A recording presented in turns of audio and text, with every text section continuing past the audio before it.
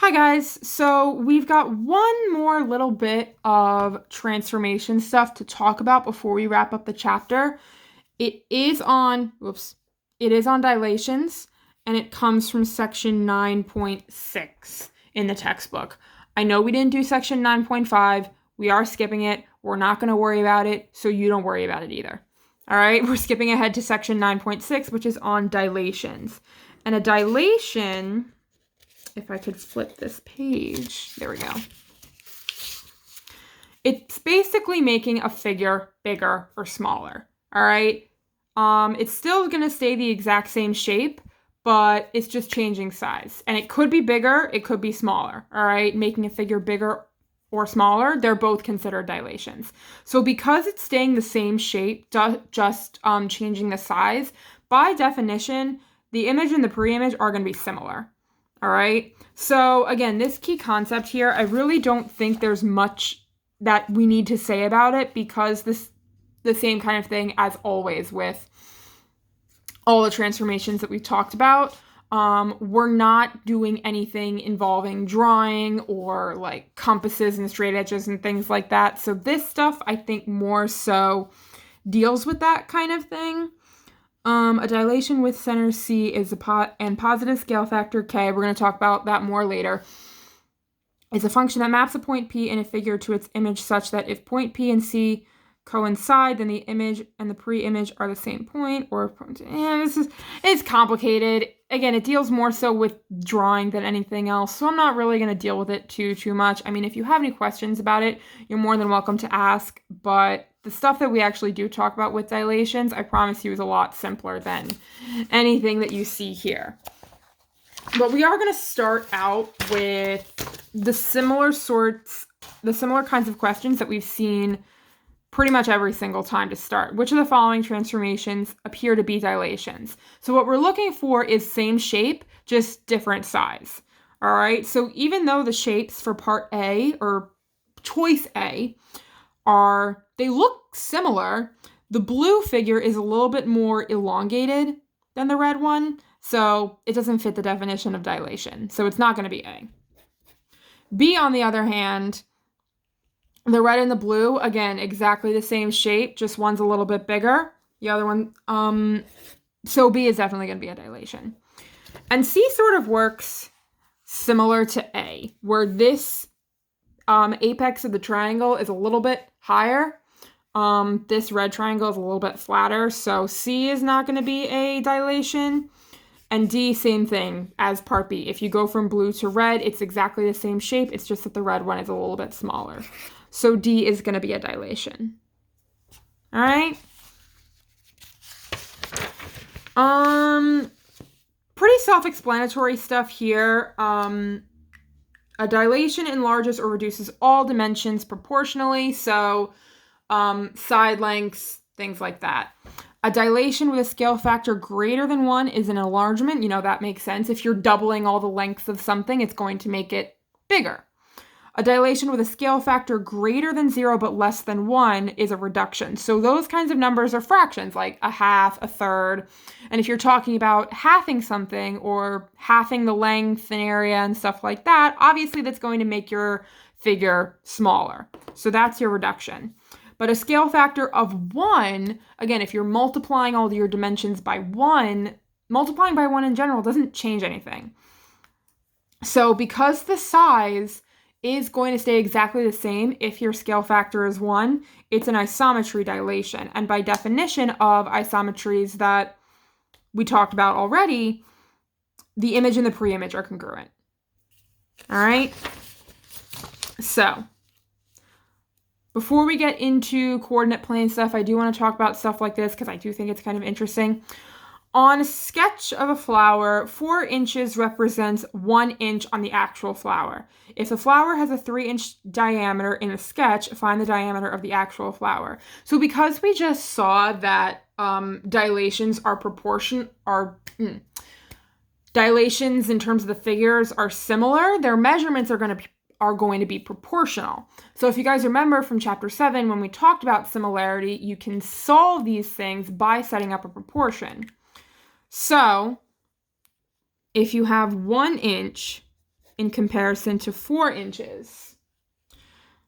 The 1 inch is representing the actual flower, and then the 4 inches is representing the sketch.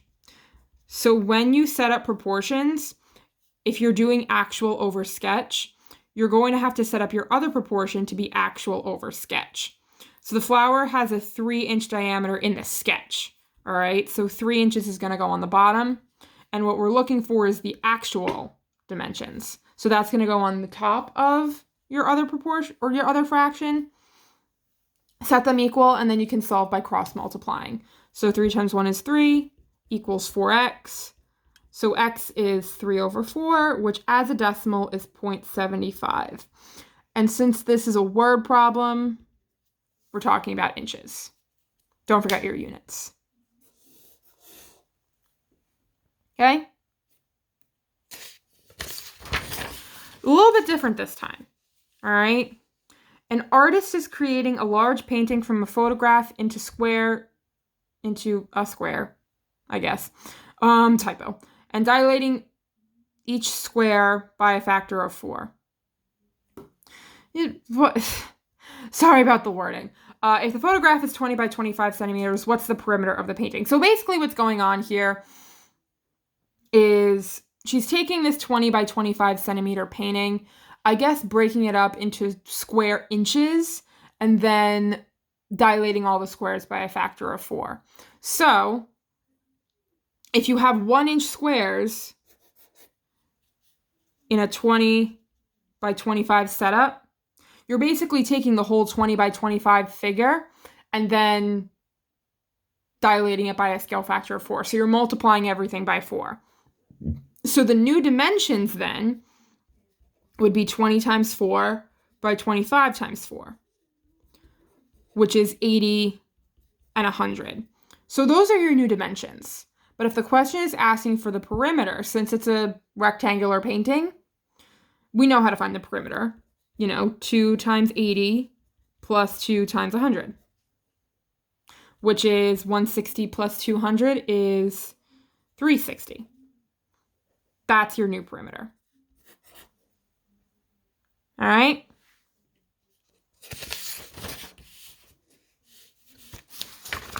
When we talk about area, though, that's different.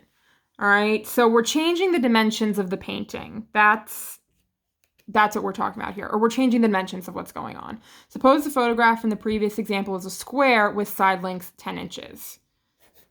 All right? So we've got a 10 by 10 figure this time. All right? And we're still... Hold on. Let me just reference this for a second. I'm just going to pull this back out just so I know what I'm talking about. They're creating a painting from a photograph. So we're changing the dimensions of the photograph. Still talking about the same scale factor. So we're still doing the same thing to this original image. All right? We're still multiplying everything by a factor of 4. So that's pretty easy to figure out without actually doing all the work. Your new dimensions are going to be 40 and 40. And then the only thing different is just area, all right? So area is length times width. So 40 times 40 is 1,600 inches squared.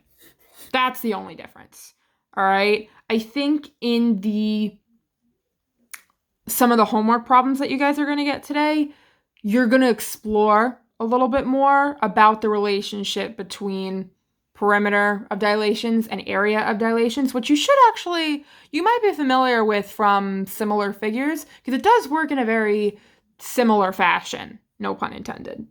All right? But if you have any questions about that, you're more than welcome to ask. So I think the next page is the coordinate plane stuff, and it's really, really straightforward. All right? Because dilations, you're just multiplying your dimensions by a scale factor. If you're dilating a segment or a figure in the coordinate plane, you're just going to multiply both the x and the y value by whatever your scale factor is. So like if you were doubling stuff, like here, the scale factor is 2. So if point P is 2, 3, to dilate that point, or to dilate that point as part of dilating a segment, you would just take this and multiply it by 2. So that's where P prime 4 comma 6 is coming from. All right. And the only other thing that I think the book also does dive into a little bit, or it might dive into on a couple problems, is when your scale factor is negative. All right. Like if your scale factor was like -2, let's say, the 2 portion of your scale factor is still going to make it bigger. All right. It's just the fact that if there's a negative thrown in there, is equivalent to the composition of a dilation with a scale factor of K that is rotated 180 degrees about the center of dilation. So again, we're usually doing these things in regards to the origin, but let's say your scale factor was -2 instead of 2. Your picture would still be twice as large as your original pre-image. It would just also be rotated 180 degrees about the origin or whatever your center point is. You know what I mean? So if your scale factor was -0.5, it would still be shrinking. It would just also be rotating 180 degrees. You're doing those two things at the same time. If your scale factor is -2 or -0.5, you don't need to rotate 180 degrees afterwards. It's going to be encompassed as part of your dilation with a negative scale factor. All right. So last little bit we got to do here is just putting all of this into practice. All right. So actually, let me shift the rest of these over. And same thing we always do. I'm going to plot all these points first.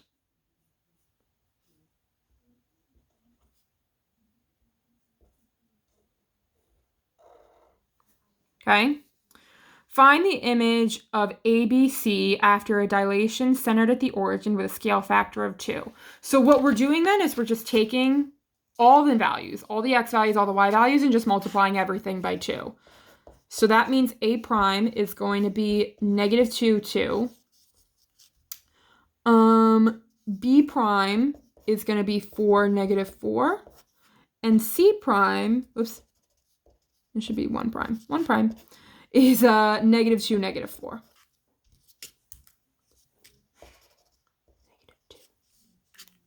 Sorry that it looks so bad. But if we actually graphed this, there's A prime, there's B prime, and there's C prime.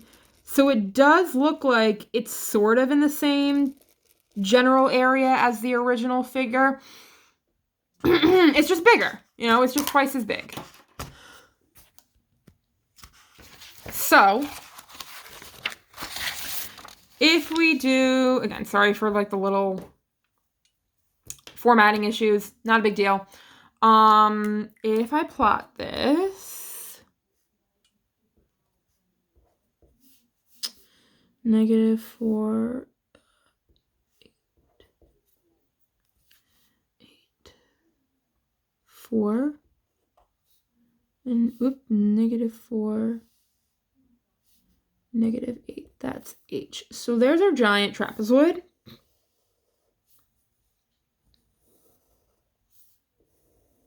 And it makes sense that it's this big. I'm not an artist in here, whatever. And it makes sense that it's this big because our scale factor is 1/4. So our image should be 1/4 of this size. All right. And in order to get those coordinates, we're just going to multiply all of these values or all these coordinates by 1/4, or just divide it by 4. So that means E prime is going to be -2, 1. F prime is -1, 2. G prime is 2, 1. And H prime is -1, -2. Fixed it. Okay?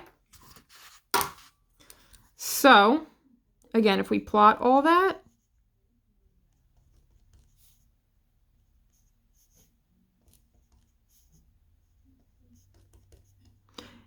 it does look like it's 1/4 of its size. And also I drew that way better. All right. I did want to throw in some negatives though.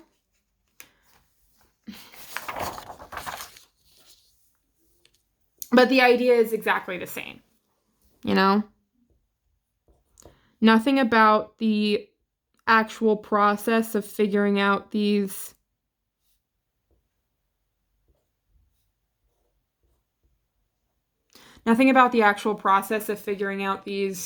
coordinates is any different if it involves a negative. What's just going to happen in terms of the way it looks is that it will be 2 times as big, but it also will probably be rotated 180 degrees about the origin, since that's our center of dilation. So the actual location of our image will probably be somewhere down here. But if we actually do this algebraically, a prime, again, we're just multiplying everything by -2. So a prime is 2, -2. B prime is 4, 2. And C prime is 2, -4. So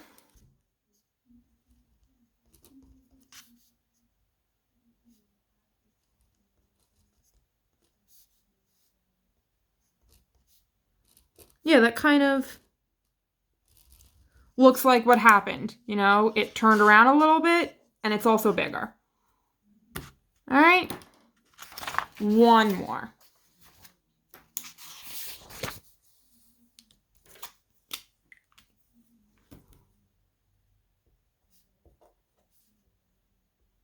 Oopsie, this is supposed to be a P.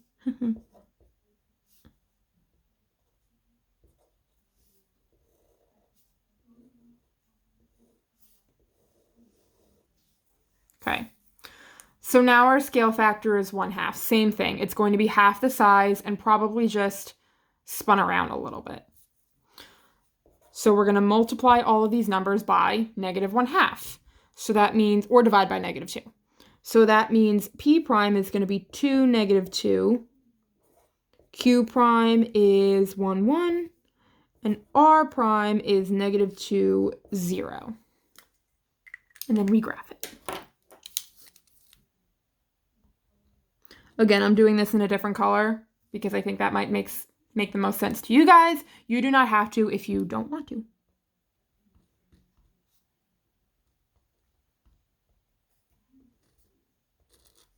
Yep. Half the size, rotated 180 degrees. Not that bad. I hope that wasn't that bad at least. Again, feel free to ask questions. But that's all I got for you for today. See you soon. Or talk to you soon.